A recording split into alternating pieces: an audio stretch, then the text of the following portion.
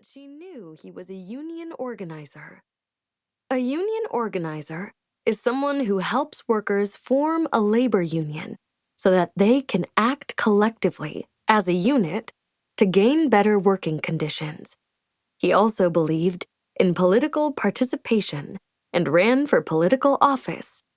When he was elected to the New Mexico state legislature, Dolores was very proud.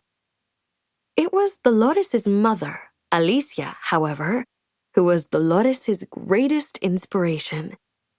As a single mother in Stockton, Alicia worked 2 jobs to support Dolores and her 2 brothers, as a waitress during the day and as a cannery worker at night.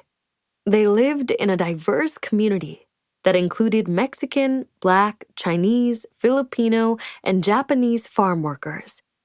Alicia was an active community and church member, and she taught Dolores the value of hard work, independence, and community involvement. When she eventually ended up owning and running a hotel, Dolores' mother would offer discounts to poor migrant families, and if they were in crisis, she wouldn't charge them at all.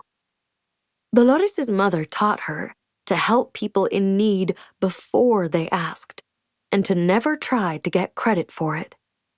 From her mother, Dolores learned compassion and that taking care of others was more important than making money. Young Dolores was bright and curious and filled with energy. She loved to dance. Dolores and her brothers were often cared for by their grandfather, Herculano Chavez, who would joke that Dolores must have 7 tongues because she talked so much. Dolores' fast tongue would one day serve her well when she gave speeches and made arguments in front of politicians and legislators. Even though she was the only girl in the family, Dolores was not made to serve her 2 brothers or do more house chores than them, which was common practice in other families. In Dolores' house, everyone was treated equally. Unfortunately, this wasn't the case outside her home and in her high school. Dolores learned early on about discrimination.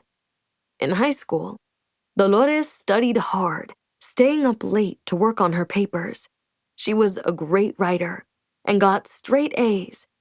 But at the end of the year, the teacher gave her a lower grade and accused her of cheating. The teacher didn't believe a Mexican-American student could have written such excellent papers. This did not stop Dolores from pursuing her education, though. If someone told Dolores that she couldn't do something, she decided that yes, she could.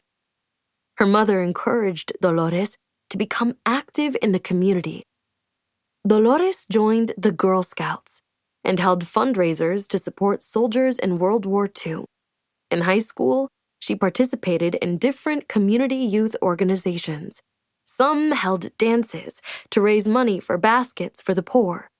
But as she got older, Dolores realized that she wanted to do more.